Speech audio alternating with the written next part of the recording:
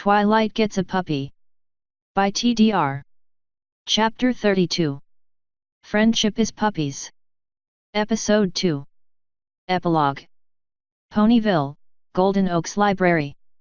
Celestia sighed, leaning on the table before her, her hooves pressed to her temples. It had taken over an hour to get the ponies around her to leave her be, politely. Then it took another hour just to get them to stop checking up on her every 5 minutes. Her guards had taken longer than that to get rid of, particularly after their failure to protect her from Nightmare Moon, not as if she expected them to be able to really. Still, it clearly hurt their pride, so she let them do what they wanted for the most part. The royal guards thankfully could take a hint and were currently outside the library, simply stopping anyone from coming in. Celestia needed a bit of time to think, something she was not going to get any time soon. Pinkie Pie's party was still in full swing outside despite the night starting to come again. Something she had to assure her little ponies was natural and not the second coming of Nightmare Moon. The other element bearers had long since gone home to bed, though the pink mare just kept going and going and going. Luna had been fascinated by everything going on, though she was still reluctant to join in or eat anything she didn't understand, which at the moment was nearly everything. So she mostly just watched the goings-on until she dozed off not long after some Pegasus fillies had put a rose wreath around her neck. It confused her for a bit as to why one would wear food. Currently her sister was asleep on a hastily scrounged up bed set up in the large room behind her. Spike had wound up being the hero of the town, oddly enough. Big Mac had foisted most of the attention off on the small dragon despite his part in it. After the girls left, Mac went out into the panic-filled streets and gathered up as many of the lost foals as he could find, keeping them all in the library for Spike to guard and entertain with the help of Apple Bloom until their parents calmed down enough to start looking for them. By the time everyone got back, the only foals still present were Rarity's sister and Apple Bloom. Both of them were struggling to stay awake until their sisters returned. Spike managed to stay up the whole time, but as soon as the last of his charges were gone and he was sure his siblings were safe, he passed out in the middle of the floor. After putting Spike to bed, Ross had opted to avoid Pinkie's party and follow his brother's lead. Big Mac had taken Apple Bloom home soon after. Rarity had brought her sister home as well, though she joined the others for the party at least for a while. Celestia could have taken Luna and left at any time, but the calm of the library was a nice change from how she was sure things were in Canterlot right now. She needed time to collect her thoughts before the chariot ride back home. There was also a pony she needed to talk to before she left, and she had no issue with waiting as long as it took for her to show up. In truth, she was wondering where her student had gotten off to. She expected Twilight to avoid Pinkie Pie's party, but the purple unicorn had yet to return to the library where she was staying. "Yes, thank you very much, I am so allowed inside." "You know what, forget it, I'm done arguing with you," shouted someone from outside. A moment later a flash of light appeared on the other side of the door and an annoyed Twilight Sparkle popped into existence, trudging across the room before the door was flung open by the panicked guard. "I see you've finally mastered teleportation, Twilight." Celestia smirked as her student looked over at her in surprise. "Princess," the guard shouted, bursting in the door after Twilight. "Calm down, Captain Rex. Twilight is allowed in. Truthfully, I'm the one intruding on her living quarters." Princess Celestia sighed. The guard nodded, looking over at Twilight one last time before pulling back out of the building, shutting the door behind him. "Is there a reason you told us not to tell any pony we're the bearers of the elements of harmony?" Twilight asked, glaring back at the door. "You're smart, Twilight. You've seen what happens when any pony in court thinks they can gain power over another. What do you think would happen to this town if the nobles found out 6 artifacts were found out here? While I expect Rarity might enjoy it, would the others like the hounding the media and nobles would be doing if word got out? If none of the others, think of Fluttershy's reaction."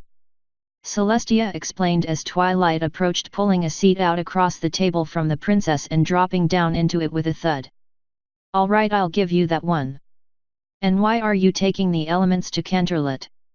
Twilight demanded. "To put them somewhere safe. The last thing we need is for some pony to lose them, or for Ross or Spike to try and eat them. 2 for 2. Ross already tried. He said it didn't taste like anything, but he only licked the crown. Twilight sighed, understanding that. I expect it's because it's part of your magic that it has no taste to him. Celestia added. The elements will be available whenever you need them. After all, you will not be far. Or will you? That is what I have been thinking about. Twilight admitted. And what have you discovered? That I am very tired. Twilight deadpanned. Aside from that. Celestia smiled. I don't know. I get the why of the situation, but I don't like the idea you guided us like pawns. Twilight frowned. I am always doing that, Twilight. It is what I must do as a ruler, though you are hardly a pawn. You act as if I knew who the bearers would be. I did not, I do not know everything. All I knew was that they were here, and if you were the 6th bearer that they would find you when the time was right. That is how they work, that is how they always worked before. Granted, last time they were held by only 2 ponies. Celestia explained, looking over at the sleeping form of her sister. I bore generosity, compassion, and loyalty. My sister magic, honesty, and laughter. When I was forced to banish her after the corruption had possessed her, the elements decided that I was no longer loyal enough to wield my half. And with what my sister did as Nightmare Moon, laughter and honesty left her. What did happen? Twilight asked. Celestia paused, frowning. She owed her student an explanation, but couldn't bring herself to say her biggest failure. That is a long story, Twilight, one I am still not comfortable with telling. Suffice to say, my sister has a right to be upset with me, as it was my fault she became the nightmare. Not directly, mind you, that falls on the shoulders of one long dead, but my inaction is the reason it happened at all. I will explain it at another time if you ask, Twilight, but it will not be today. I have a long road ahead of me reforging the trust lost between my sister and I. Let me get her settled in, and perhaps then. Well, you are decidedly helping with my decision with your vagueness, Princess. I think perhaps I would have accepted any answer you gave, except ask again later. Twilight muttered. I'm sorry, Twilight. But even after all this time I am not comfortable talking about it. Much as you refuse to speak of your 10th birthday party. Celestia sighed as Twilight winced. At least thanks to you and your friends, healing from it can begin finally. Thank you for that, my faithful student. If I am that after all. I'm not happy with you, Princess. You left us in the dark on this whole thing. Spike or Ross could have gotten hurt, and I was nearly killed twice out in those woods. More than that, probably. Rainbow Dash was attacked directly, and both she and Ross were hurt. Spike attacked her to break a fear spell. She could have blasted him to nothing. Your guards all got hurt, and the entire town was sent into a frenzy. How many others got hurt in other parts of Equestria just from the panic that happened when the sun didn't rise? What would you have had me do? Twilight warned everyone she was coming. Think of how many would-be heroes would have attacked her, how many of them she would have killed. Even had they killed her, there would be no guarantee that her death would have freed me. And my sister would have been dead. I had plenty of plans in place to stop her. Many of them were little more than time sinks designed to give the elements more time to draw their bearers to them. But a few of them would have caused conflict and death. All of them were slated to take weeks or months to start. Had I told you everything, would you have even bothered coming to the town, or would you have gone straight for the castle to retrieve the elements so you could try and force the activation? Would you have brought your school friends? How well would that have gone? Which of them would be honesty? Which laughter? Lyra laughter, Moon Dancer would be honesty, Lemonheart's kindness. Twilight listed, trailing off. I understand your point, but that does not mean I have to like it, Princess. Celestia nodded. Perhaps in time you will forgive me for this too. It is not the first time I have wronged you after all. True, but how long, I suppose, will all depends on this next question's answer. And what might that be? How much did you keep from us about Ross? Twilight asked flatly. Only what I first suspected of him. Something which turned out not to be true after all. That is not an answer. Twilight's eyes narrowed. I thought he was a creature called a witch-wolf. He is not. I do not know what he is, just that he bears a resemblance to the witch-wolves and that they were called moon dogs by my sister and her followers, the Thestrals. Celestia explained. Luna is the one you should ask about them. I was under the impression that they had all died out long ago. I called him a moon dog because of that resemblance. Witch-wolves were monsters, Twilight, pure and simple. Ross is not a monster, he is your brother. So that was why you kept checking me for abilities to manipulate the flow of time when I was younger. Yes, I first expected you had pulled him from the past, but again that was not the case. I did not know where he came from and I still do not. Celestia offered. Not the answer I wanted to hear. Twilight grumbled. Again I am sorry, but that is all I know. Celestia nodded. So now it is my turn, my student. We will be leaving soon. Are you coming with us? Twilight frowned, looking over to the sleeping Luna before shaking her head. No, not right now. You'll be too busy helping Princess Luna to be much of a teacher to me and I need some time to cool down. I expect Ross and Spike will as well. None of us are really happy with you right now. I understand the why for most of it, but it still feels like a betrayal. I understand. I will make arrangements for Golden Oaks to house you more permanently and I will see to it that you receive pay in regards to the position of head librarian here, with Spike and Ross receiving pay as your assistants. Please let your friends know that a stipend will be gifted to them for as long as they are the bearers of the elements. It will not be much, I am afraid, as this needs to be hidden from the royal accountants and as such it will need to be masked as something else. I suppose a wildlife fund for Miss Fluttershy and a heritage site for Sweet Apple Acres will take care of some of it. I will need to think of something else for the others. Twilight nodded. I will. I'm kinda going to miss being your student. Who says you are not still my student? You have not graduated the school just yet. I can always send your assignments here. Celestia smiled, rising to her hooves with a stretch of her wings. Besides, you are simply going to be studying something else. The magic of friendship. That still sounds corny. Twilight rolled her eyes. Nevertheless, it is how the elements are wielded, and I would be far from against you studying how it works.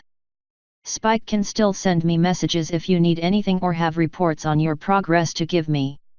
Celestia moved over and gently picked up her sister, laying the smaller alicorn on her back. I am afraid we need to go now. Canterlot is probably still in a panic. Cadence is going to give me an earful when she gets back and I still need to get Luna acquainted with everything. I am also quite certain you need to go to bed, my faithful student. Yet I suppose so, Twilight smiled. I feel like I could sleep for a week. Well, get some rest, we will be going now, be sure to keep in touch, Twilight. I will, Princess. Good night. Twilight stated as she rose from the chair, moving to take over the bed Luna had occupied as Celestia stepped outside. Asterisk. Celestia exhaled as she lowered her sun, bringing the moon up into the sky. Hopefully this would be one of the last times she would need to do it now that her sister was back. Captain, have the 2 guards that accompanied Twilight here initially stay to guard the library until she dismisses them when she wakes up. Aside from her brothers, no one else is to go in or out until she allows it. Twilight deserves some rest. Princess Celestia ordered. Yes, Princess. Your chariot is ready to take you and Princess Luna back to Canterlot. The guard captain nodded. The rest of us will follow later once we are sure everything is secure. And that strange pink mare doesn't drop dead from everything she's doing. Celestia smiled, climbing onto her seat on her chariot, setting Luna down before her and wrapping her wings around her sister as the guards attached took off. Luna woke with a start at the sudden takeoff and flailed inside of Celestia's wings.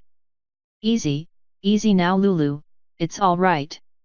You're safe now, oof, Celestia winced as one of Luna's wings hit her in the stomach. Didst thou gain weight? Luna questioned. You are relatively safe now. Celestia corrected. Luna snorted in amusement as she settled down, not staying against her sister, but not pulling out of her embrace either. She instead looked up at the sky as the stars and the rested in the heavens like a great tapestry. Thou did not move anything, Luna sighed. I never learned how. You have no idea how much trouble just moving the moon gave me. I never even managed to get it to do the phases thing like you did. Celestia stated. So what happens now? Luna sighed. Well, we get you set up and accustomed to everything and turn the monarchy back into a diarchy for starters. Though that will be some time from now. You have a lot of catching up to do on modern politics and laws. Ugh, is there not simply a country we can invade? T would be much simpler. Luna sighed. And that question is why you need a tutor. Perhaps one of my students. Moon Dancer may do in fact. Though before you think I am simply foisting you off on someone else, I will say I will answer any questions you bring to me, Lulu. Celestia smiled. I know I have a lot to make up for. 'Tis fine, sister, while we are far from over this, we understand thine nature better than any other and can only somewhat hold it against thee. And given what he did, he should stay gone so the issue is resolved. We will get over it, we simply need time for everything. Luna sighed. Well, we have plenty of that. Celestia chuckled. We do have one pertinent query for thee that hast been nagging us since our return, however. Luna considered. Oh, and what is that? Celestia asked. How did you get a moon dog outside of the Oniroi? Luna questioned. Outside of the what now? Celestia blinked as Luna looked at her like she was an idiot. Author's note. And there we go, the end of the first episode. We get a few answers. Twilight stays in Ponyville, Pinkie Pie is scary, and I reveal more questions. And now we move on into other episodes. As I said before, the episodes might be out of order in some cases or even out of season, but that is because I feel they will fit better where I put them. End author's note. End chapter 32. Friendship is Puppies. Episode 2. Epilogue.